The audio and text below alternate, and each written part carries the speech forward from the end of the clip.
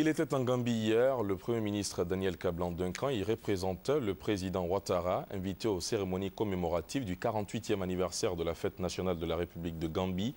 Le président sénégalais et équato-guinéen Théodore Obiang Nguema et Macky Sall étaient également de la partie. Le témoignage d'Alexis Ouedraogo.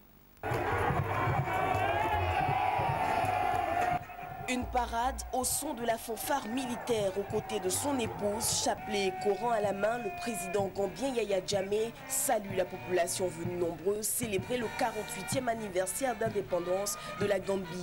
À la loge d'honneur, le chef du gouvernement ivoirien, Daniel Kablan-Duncan, est venu au nom du président Alassane Ouattara empêcher prendre part aux festivités. C'est avec plaisir et émotion que je retrouve Banjul. Suite à la décision des deux présidents de la République, nous avons eu à signer donc à New York le 27 septembre dernier un accord de coopération entre la Gambie et la Côte d'Ivoire.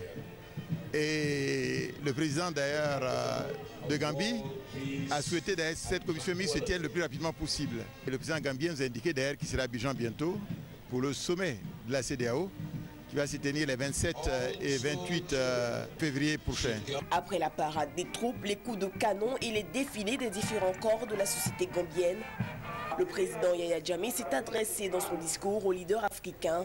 Il les a invités à travailler main dans la main pour vaincre la pauvreté.